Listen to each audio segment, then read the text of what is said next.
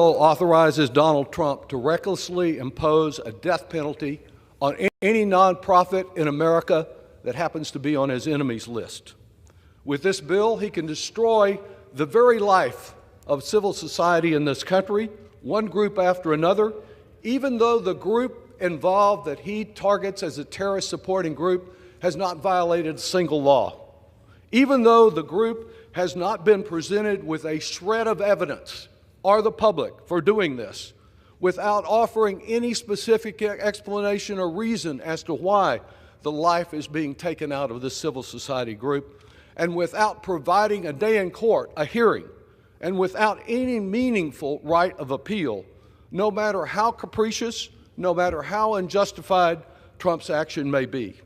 H.R. 9495 is a repackaged version of legislation that was originally filed months ago with good intentions, including that of some of my Democratic colleagues. With Trump's election, the conditions have changed.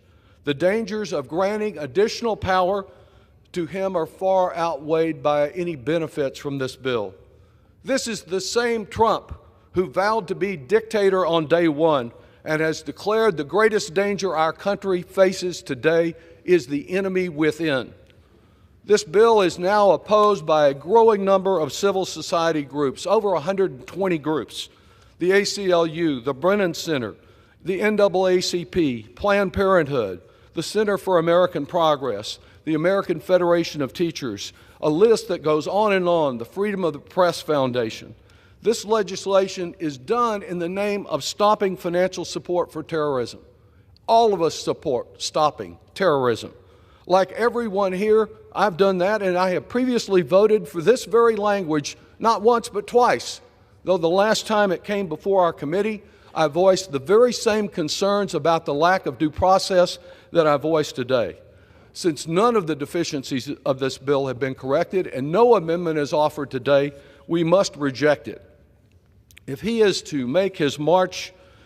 on a march to make America fascist, we do not need to supply Donald Trump with any additional weapons to accomplish his ill purpose. Our freedoms will not be destroyed in one great blow.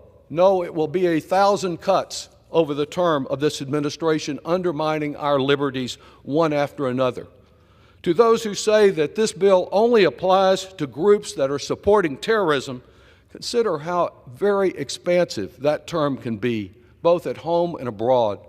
The foreign tyrants that Donald Trump so much admires have imprisoned journalists, academics, and rights activists by claiming that they are supporters of terrorism. State and federal elected officials in this country have called for terrorism investigations or prosecution of major news outlets. Trump himself has criticized and labeled anti-racist activists as terrorists. Some have mischaracterized environmental groups as eco-terrorists. Under this bill, Trump's list of targets would only be limited by his imagination, not any guardrails in the bill. For example, Trump claimed that Democrats, myself included, who didn't clap enough for him in this chamber when he gave his first State of the Union, were traitors, that we were treasonous. He could target organizations that assist refugees for harboring terrorists, Planned Parenthood or a hospital for the alleged terror of abortion, an environmental group mislabeled as an eco-terrorist, a private university that permits too many anti-Trump demonstrations, a disability rights group that is objecting to Trump's interference with the Affordable Care Act, a shelter offering housing to, I yield myself another 2 minutes. A shelter offering housing to LGBTQ youth, a Vietnam Veterans of America group that previously declared Trump's attacks on Gold Star families disgraceful and un-American, think tanks that don't happen to think the way Trump wants it, groups fighting Christian nationalism, or simply any tax-exempt group not viewed as sufficiently pro-MAGA. Now, let's talk about the examples, the two examples that the chairman just referred to.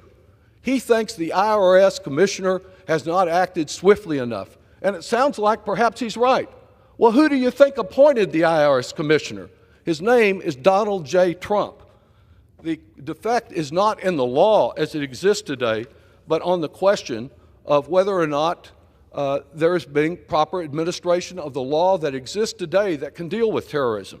If the real purpose of this bill as well were simply to postpone tax filing deadlines for the very small number of Americans that have been detained hostage, as wrong as that is, are approving right now the bill that has lingered here as Republicans shelled it for 6 months, that the Senate approved to do that, to provide them that protection. We can put that bill on the president's desk right now.